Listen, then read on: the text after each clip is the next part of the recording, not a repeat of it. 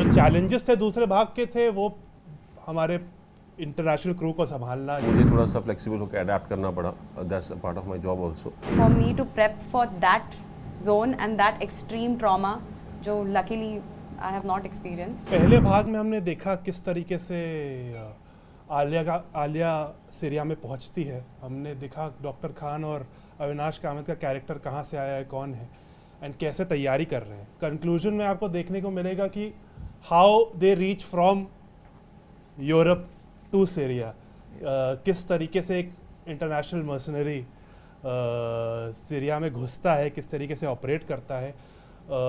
जो चैलेंजेस थे दूसरे भाग के थे वो हमारे इंटरनेशनल क्रू को संभालना, जिस लोकेशन में जहां हमने काम किया है वहां तक अलग अलग एक्शन पीसेस को तैयारी करना और एक थ्रिलिंग एंटरटेनिंग कंक्लूजन देना, राइटिंग में भी और एग्जीक्यूशन में भी।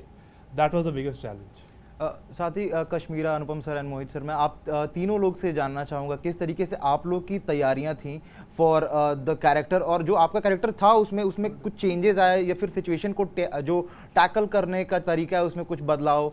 हमने इसकी सारी शूटिंग एक साथ ही की थी, इसलिए इसका मतलब ये था कि इन लोगों की प्रिपरेशन, डायरेक्शन डिपार्टमेंट की, प्रोडक्शन डिपार्टमेंट की प्रिपरेशन इतनी लेवल की थी कि सब इमोशन सब साथ में ही नज़र आ रहे थे।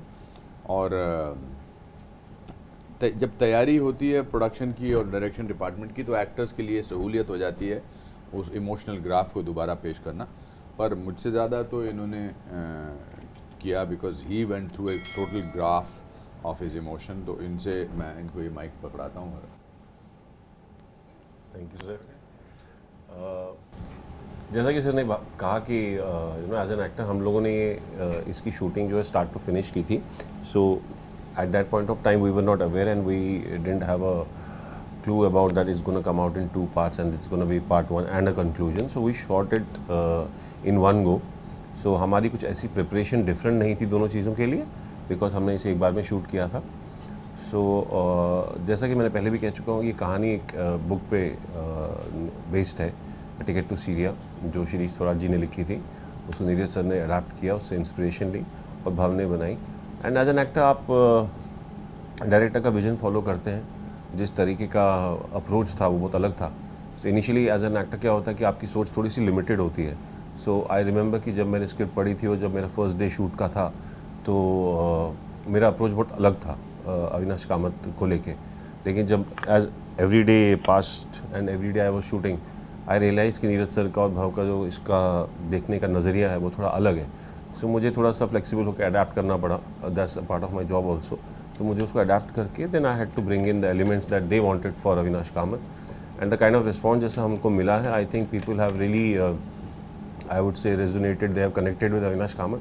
बिकॉज एक कैरेक्टर तभी सक्सेसफुल होता है जब ऑडियंस उसे कनेक्ट कर सके, उससे फील कर सके, जो भी उसकी बैक स्टोरी है, जो भी उसकी कहानी है, जिस तरीके का उसका बिहेवियर है। Unless and until it is not convincing for an audience, they won't stay with the character. So जिस तरीके का रिस्पॉन्स है तो उससे मुझे लग रहा है कि ऑडियंस ने उसे एक्सेप्ट कर लिया है। So and the response on 15 December won't be any different. So fingers crossed.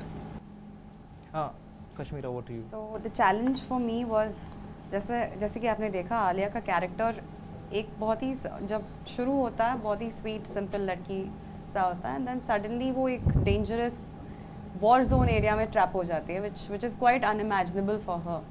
So for me to prep for that zone and that extreme trauma, जो luckily I have not experienced, so to make that believable and for the audience to connect with that, जहाँ पे and after watching the first 4 episodes, audience बहुत लोगों ने मुझे phone करके वो bathroom scenes के बारे में भी बोला है कि it was that point where they connected to the 3 minutes of her talking, otherwise she'll be in trouble. So that was, I was very happy that the audience connected with that. Baki, the show was so well scripted and the production, the direction teams was so on point, so there was very little for us to bring to the table. Everything was already very, very well planned. जो पहला part था was more about surviving the battle, and जो the conclusion है it's I guess more about rescuing Alia. So क्या नई चीज़ें होने वाली हैं जो कि दर्शकों को देखने के मिलेंगी इस पूरे कॉन्सेप्ट में? इस भाग में आप देखेंगे कैसे अविनाश कामत द फ्रीलांसर अपनी टीम और डॉक्टर खान की मदद से अपनी टीम को सेटअप करते हैं.